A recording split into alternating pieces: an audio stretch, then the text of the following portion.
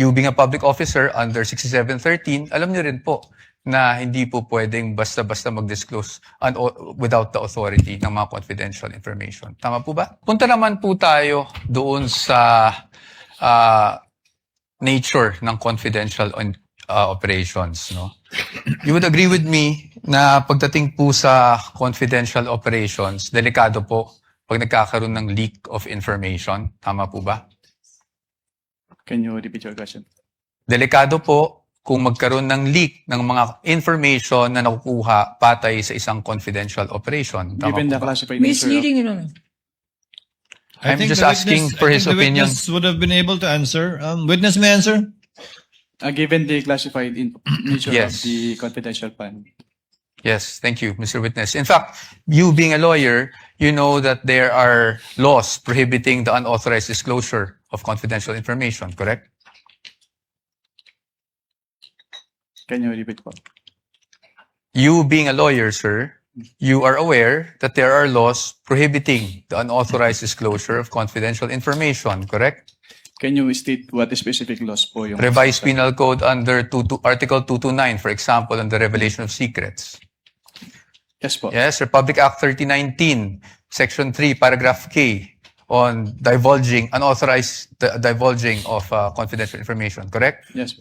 And you being a public officer under 6713, alam niyo rin po na hindi po pwedeng basta-basta mag-disclose without the authority ng mga confidential information. Tama po ba? Yes po.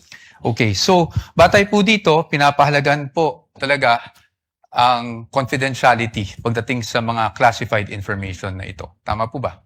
You would agree with me? Yes po. Yes. Now let's go to the joint circular that we have been mentioning since yesterday. No, ito pong joint circular number 2015-01. And I'm referring to the circular with which we have pre-marked as D-1-136 for the defense, Your Honors. And I think we will be flashing that on the screen as well.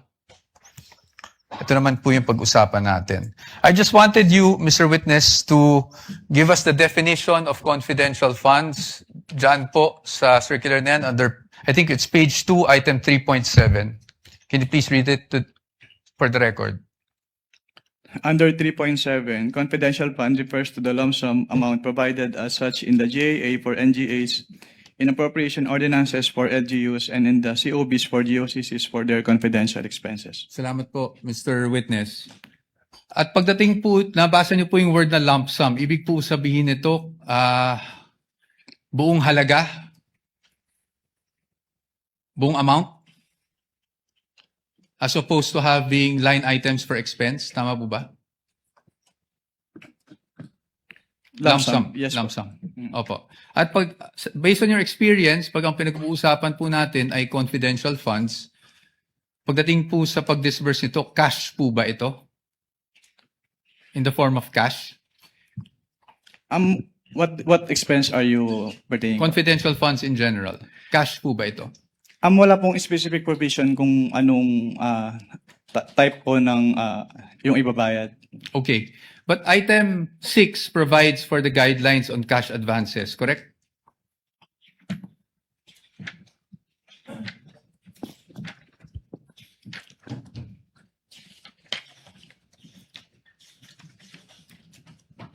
Based on this document po, yes po. Yes po. And I refer you now to item 6.1.2. Diyan po, sinasabi po ng provision na yan na ang maaari lang mag-avail ng cash advance pagdating sa confidential funds ay ang isang designated bonded special disbursing officer or SDO, or kung wala mang ganong designated SDO ay ang head of agency, correct? Yes po. At kanina po, sabi nyo, binasa nyo bawat pahina noong mga sinabite sa inyo ng DepEd at OVP for their liquidation reports. Tama po ba? Yes po. At you would be aware na ang STO po para po sa OVP ay si Ms. Gina Acosta. Tama po ba? Based on the documents submitted, yes po. Yes, thank you.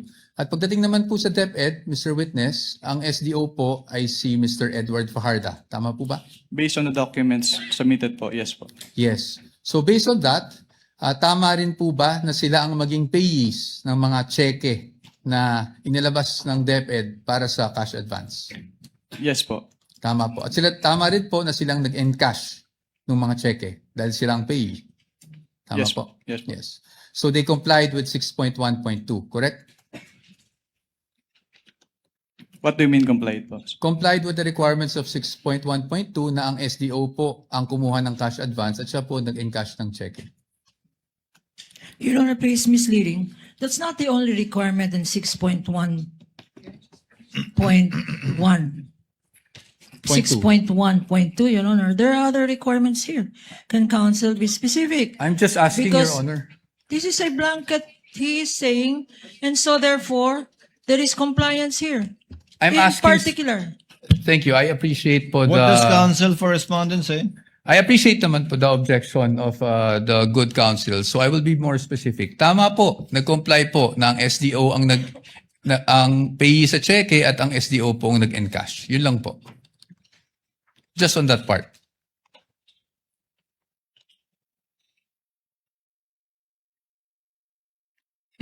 Based on the documents, si SDO yung pay ng cheque and yung nag-encash nung Okay. Thank you po. Now, I'll refer you to item 6.1.5 of the joint circular. Can you please read just the first sentence of that provision? cash advances shall be limited to the requirements for 3 months. Thank you, Mr. Witness. So, tama po bang pagkakaintindi ko na para sa cash advance at any one time, ang maximum na pwede mo lang ma-cash advance ay yung requirements mo para sa 3 buwan ng confidential operations. Tama Based po ba? on this provision po, yes. Tama po. At 3 buwan po is equivalent to 1/4 of a year. Tama po ba? Yes po. Okay. Now, base po dyan sa provision na yan, nakasulat na ang maximum amount ay para sa 3 buwan. Pero meron po bang provision dyan na nagbabawal na gamitin ito in perhaps 60 days?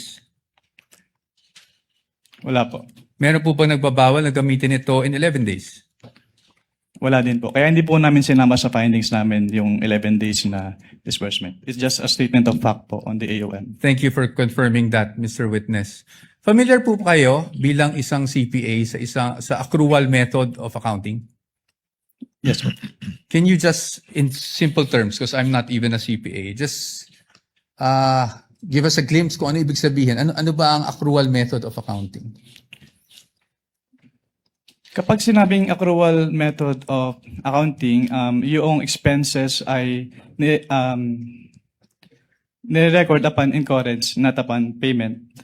Opo. Okay. So, dito po ba, pwede po ba yung parang I'm just a simple-minded person? Parang buy now, pay later? Ganon? Wala po yan sa joint circular, so I am not authorized to It's okay. answer that question. I will leave it at that. Punta na lang po tayo sa liquidation.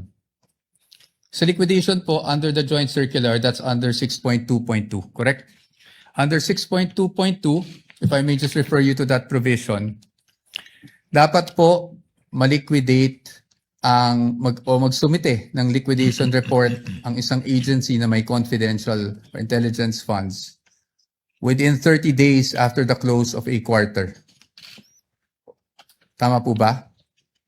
Tatlo po yung nakalagay dito, hindi lang po the 30 days after every quarter. Sige po, please enumerate for us. Under 6.2.2 of the joint circular, all cash advances for CF and IF shall be liquidated within 30 days after every quarter or from the approved target date of completion of the project or activity or after the cash advance had been fully utilized, whichever comes first in accordance with the procedures as stated po. Okay, thank you po. Ngayon po, papakita ko po sa inyo yung liquidation report na isinumite ng OVP for their 4th quarter confidential funds 2022. Maybe this time we could just ask our assisting counsel, Your Honor, to hand the document. Assisting counsel for the other side may also approach. Maaari niyo po bang matukoy kung anong date po na-receive ng COA ICFAO itong liquidation report ng OVP? Based on the transmittal letter po, January 17, 2023. January Maybe 17. no, Your Honor, for our understanding, what exhibit number? Sorry. Counsel Thank you for referring to- reminding me, Your Honor. You're welcome. This is Exhibit D-1-4-OVP. This is the prosecution's P-1-11-A. No, I'm sorry. One? I'm sorry, what is it? Sorry, D-1 D-1-1. Sorry, Your Honor. dash 1. I was just corrected.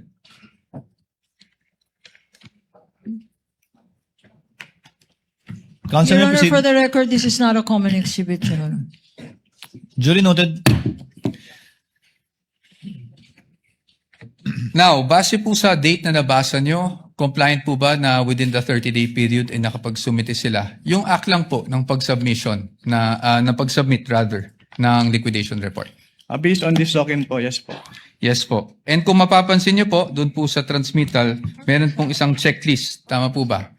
Yes, sir. And I will refer you now to item 6.2.2.3 of the joint circular.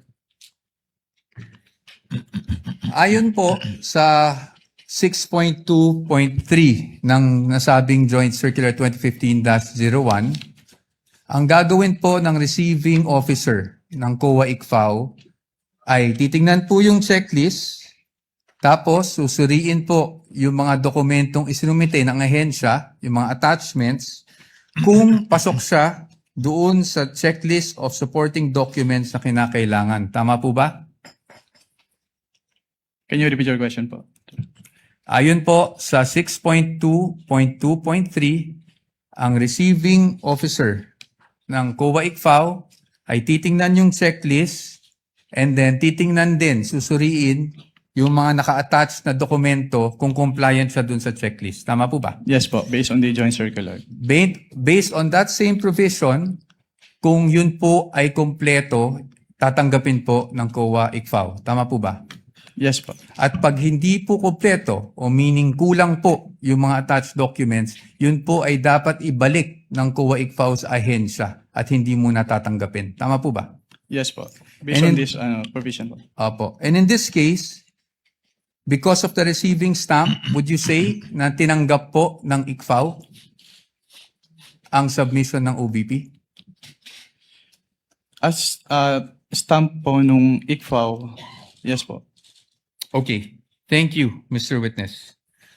Now, basing on this document na natanggap ng COA ICFAO on January 17, 2023, ang kanilang liquidation report, meaning the OVP for the fourth quarter 2022 confidential funds.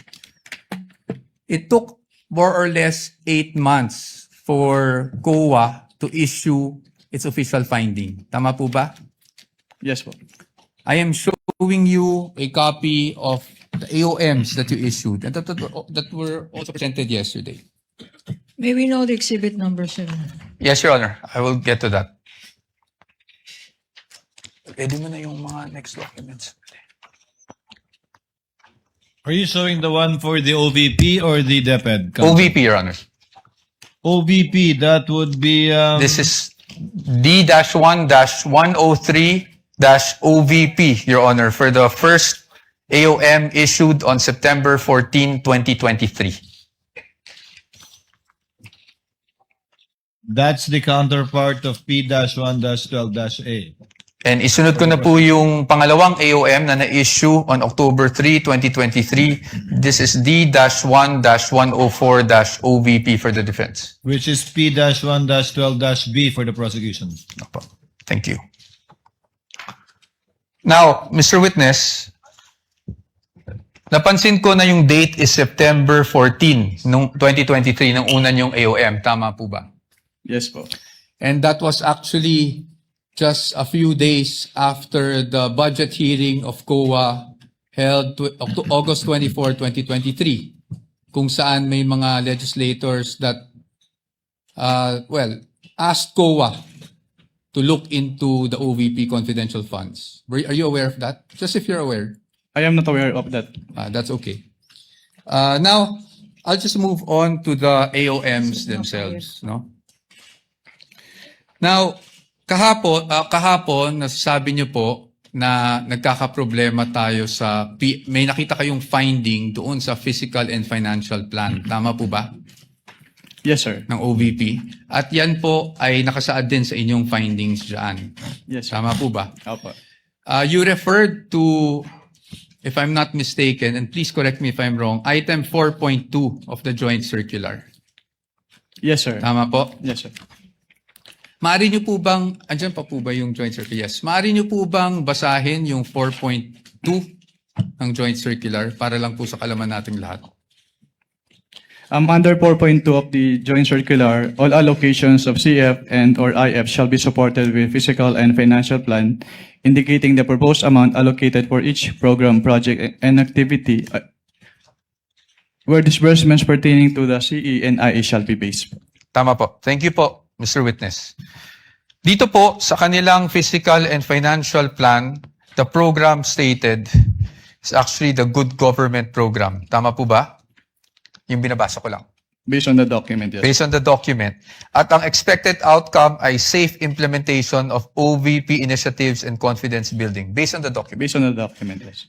At ang physical target will be number of areas with surveillance and confidential activities conducted or monitored.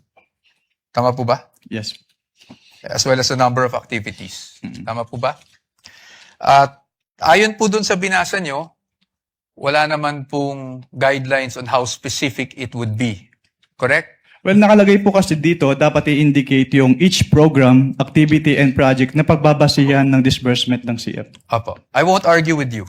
So basically, yung finding niyo po is based on your assessment as an auditor. Well, since it is a plan, dapat po naka-indicate talaga dito kung paano nila gagastusin yung kanilang confidential fund. That's okay. Yes, I'll accept that answer. Now, nabanggit nyo rin po na hindi po nag-submit ng DEPs and or document evidencing payment. Tama po? Yes, sir. At yun po ay inilagay nyo sa inyong AOM. Tama Yes, po? yes, sir. At nabanggit nyo rin po na sumagot ang OVP dito sa AOM na to. Tama po ba? Yes, sir. Opo. Tama po. At pagdating po doon sa sunod na step, which is the notice of suspension, tama po ba? Yes, sir. Would you agree with me Section. na hindi na po na-carry over yung issue doon sa fiscal and financial plan? Yes, sir. Yes. So, ibig sabihin, tinanggap nyo po yung explanation. Well, ang purpose po kasi namin kung bakit namin ni-require yung specific confidential activities dun sa PFP is para makita kung paano gagastusin noong OBP yung kanilang confidential fund. Pero since nilagay naman na po nila doon sa kanilang revised accomplishment report yung specific confidential activities and even submitted the documentary evidence of payment. So, hindi na po namin hinanap ulit yung fiscal and financial plan. Okay. Salamat po. Thank you for that answer. Ngayon po, kasi kanina, kahapon actually, not kanina, sinasabi nyo walang sinubmit. Ang ibig nyo lang pong sabihin sa walang sinubmit is at the time na bago kayo mag-issue ng AOM. Tama po ba? Walang sinamit po na ano. Walang sinubmit na DEPs, for example. Yes po, kasi sinamit po nila yung DEPs after we issued both AOMs po. Opo, thank you po. Ngayon, punta naman po tayo doon sa notice of suspension. Nandun pa po kayo di ba, ng notice of suspension? Yes, sir. And you suspended in audit the amount of 125 million. We are showing him a copy of the notice of suspension, Your Honor. This is Exhibit D-1-107-OVP for the reference of the Honorable Court. NP-1-13-A on the part of the prosecution. Okay. So, dito po, as you mentioned earlier, you were satisfied with already the submission of the accomplishment report ng OVP. That's why nawala na po yung issue sa physical and financial. Hindi po ako satisfied dahil compliant yung accomplishment report nila, kundi dahil nilagay lang nila yung specific confidential activities na pinagamitan ng kanilang pondo. Opo. So, nawala na po yung sa PFP na finding sa AOM. Based on the, yes po. Based on the NS. Tama po ba? Yes, sir. Okay, thank you. Ngayon, pagdating dito sa notice of suspension, I just wanted to focus on doon sa documentary evidencing success pagdating sa rewards. Yes, sir. Nabanggit nyo po, this is 4.8.5, paragraph B, specifically, of the joint circular, correct? Yes, sir. And yun din po yung nakasaad dito sa notice of suspension na reference, meaning the provision of the JC. Yes, sir. Specified, yes. At nabanggit nyo rin po kahapon na wala pong guidelines specifically under 4.8.5 that shows how specific you should be in terms of the documents evidencing success. Tama Wala po ba? po akong na-mention na walang specific guidelines po. Ang sabi ko lang, hindi sinabi kung anong specific document yung hinihingi. May sinabi ko po kayong walang prescribed format, basically. Your Honor, please misleading the witness, to my recollection, did not say that. He said that in accordance with 4.8.5, these are the requirements, A, B, and C. And the submissions of the Vice President and the DepEd are not compliant, Your Honor. Can we With ask the for a indulgence of readback? counsels for the parties, Mr. Wamil, base po sa guidelines, hindi tulad ng ibang mga format na sinasubmit na may pro forma na nasa annex nung 2015-1, wala pong pro forma na pag-liquidate sang-ayon sa na dokumento sang-ayon sa 4.8.5. Yes, Your Honor, based on this provision po. Yes. May ibang provision bang nagre-require ng specific na paraan? Wala na po, Your Honor. Ito lang Wala. po, 4.8.5. Thank you. Thank you, Mr. Witness. You may proceed, counsel. Thank you, Your Honor.